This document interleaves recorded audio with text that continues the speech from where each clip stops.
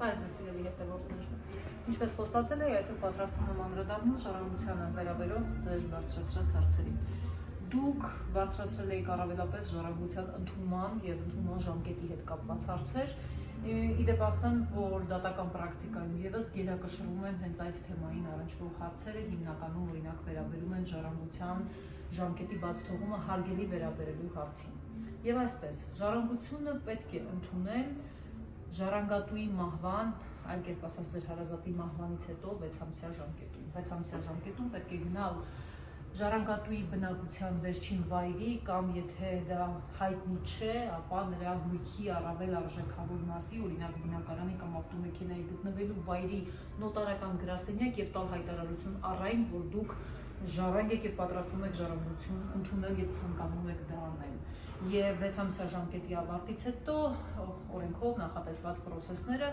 նորմալ կերպով կընթանան եւ դուք կդառնաք ձեզ հասանելիք գույքի սեփականատեր։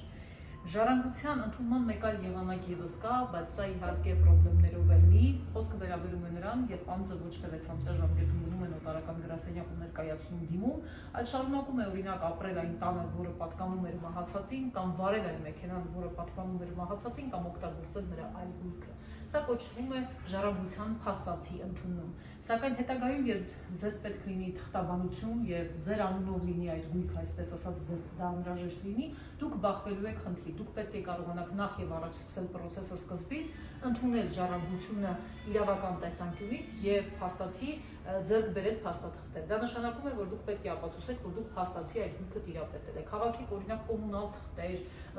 հարևանների վկայություններ եւ այլն եւ այլն եւ այլն։ Այս process-ների ավարտից հետո նոտարի մոտ կամ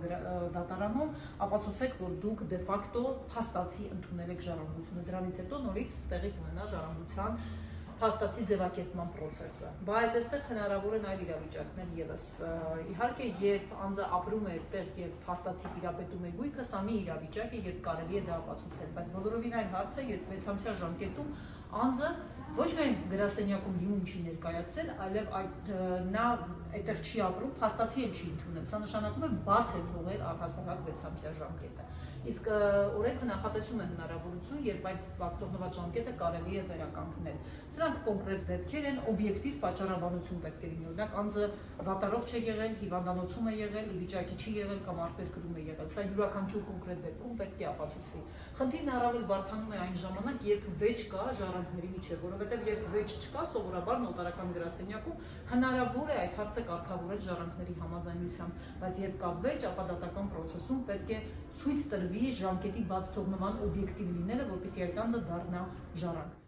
Մնացած թեմաների վերաբերյալ ես անպայմանորեն կանդրադառնամ ստորիներով։ Այսքանը ձեզ լավ օր։